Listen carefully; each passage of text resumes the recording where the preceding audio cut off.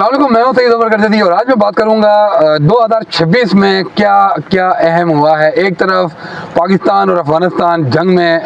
کود پڑے ہیں اور دوسری طرف آج اسرائیل نے بھی ایران پر حملہ کر دیا ہے اور امریکہ کی شہ پہ اسرائیل نے یہ حملہ کیا ہے۔ جبکہ دوسری جانب اگر افغانستان کی جنگ کی بات کریں تو وہ بھی آج ڈونلڈ ٹرمپ کے جو بیان تھا اس سے یہ صاف اندازہ ہو چکا ہے کہ ڈونلڈ ٹرمپ کی خواہش پہ ہی افغانستان پہ پاکستان نے اٹیک کیا،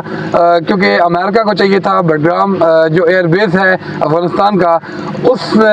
سلسلے میں کیونکہ دہشت گردانہ جو کاروائیاں پاکستان میں ہو رہی تھی وہ بھی ایک حقیقت ہے اور اس سے انکار نہیں کیا جا سکتا، لیکن جو اس کے پیچھے کے جو مقاصد تھے وہاں پہ جو ڈونلڈ ٹرمپ ہیں وہ دراصل میں یہ چاہتے تھے کہ افغانستان کو کسی بھی طرح سے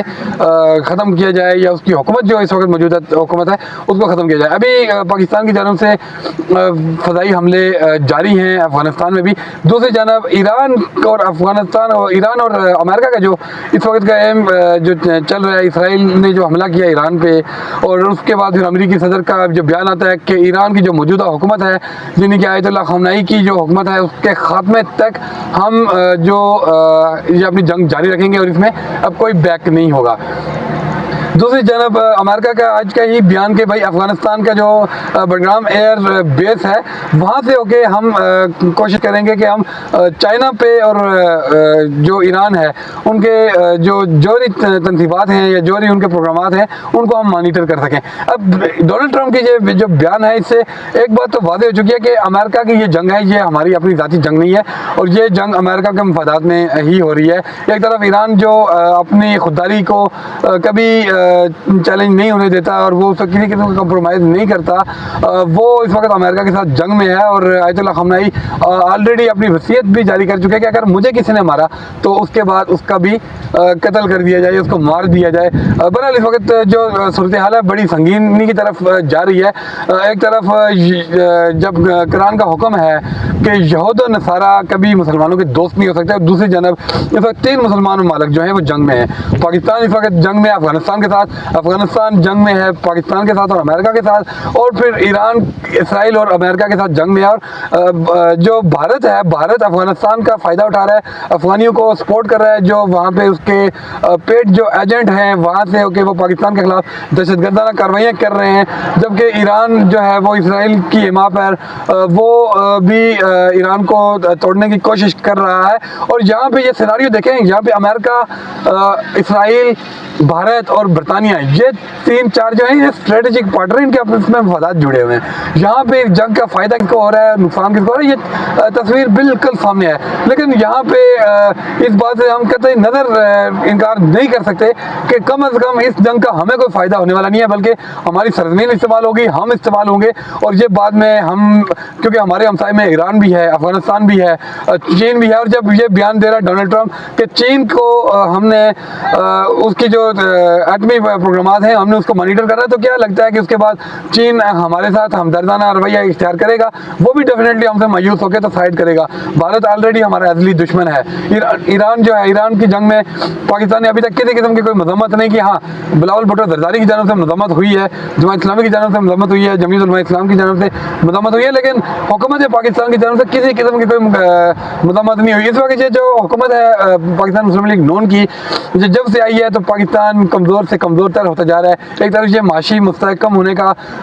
ڈھونگ الاپ رہے ہیں، اربوں روپے کے جہاز خریدے جا رہے ہیں، عیاشیاں ہو رہی ہیں، ملکی دورے ہو رہے ہیں، لیکن آج تک کسی نے 1 روپے کی اگر بھیک ان کو دی ہو تو ہم کہہ سکتے ہیں کہ یار ہم کسی سفارتی محاذ پہ کامیاب ہونے جا رہے ہیں۔ بہرحال جو ایران، امریکہ، اسرائیل کی جو جنگ ہے اور پاکستان اور افغانستان کی جو جنگ ہے یہ پاکستان کو کمزور کرنے کی ایک بہت بڑی چال ہے، یہ ایک بہت بڑی سازش ہے، جس میں پہلے پاکستان کے بارڈر میں افغانستان کو پاکستان کے ساتھ الجھایا جا رہا ہے، پھر ایران کو مایوس کیا جا رہا ہے، چائنا کو مایوس کیا جا رہا ہے۔ ہندوستان تو پہلے ہی ہمارا ازلی دشمن ہے، تو آنے والے جو دن ہیں، آنے والے جو حالات ہیں وہ انتہائی خطرناک جا رہے ہیں۔ ہم صرف یہی دعا کر سکتے ہیں کہ اللہ پاک مملکت پاکستان کی حفاظت کرے، یہاں پہ جو حکومت ہے اللہ پاک ان حکمرانوں کو ہدایت دے کہ یہ کس کی جنگ پہ آپ حصہ لے رہے ہو۔ کوئی بھی جنگ ہوتی ہے، جنگ کسی مسئلے کا حل نہیں ہوتا، ہمیشہ جو ڈائلاگز ہوتے ہیں، سیاسی مفاہمت ہوتی ہے، سیاسی کوشش ہوتی ہے، اسی ٹیبل پہ جا کے آپ کے ملکوں کے معاملات حل ہوتے ہیں۔ اب امریکہ کے ساتھ، روس کے ساتھ افغانستان جنگ میں رہا، ٹھیک ہے پاکستان کی اخلاقی مدد اس کے ساتھ شامل تھی، لیکن جنگ وہ لوگ خود لڑ رہے تھے۔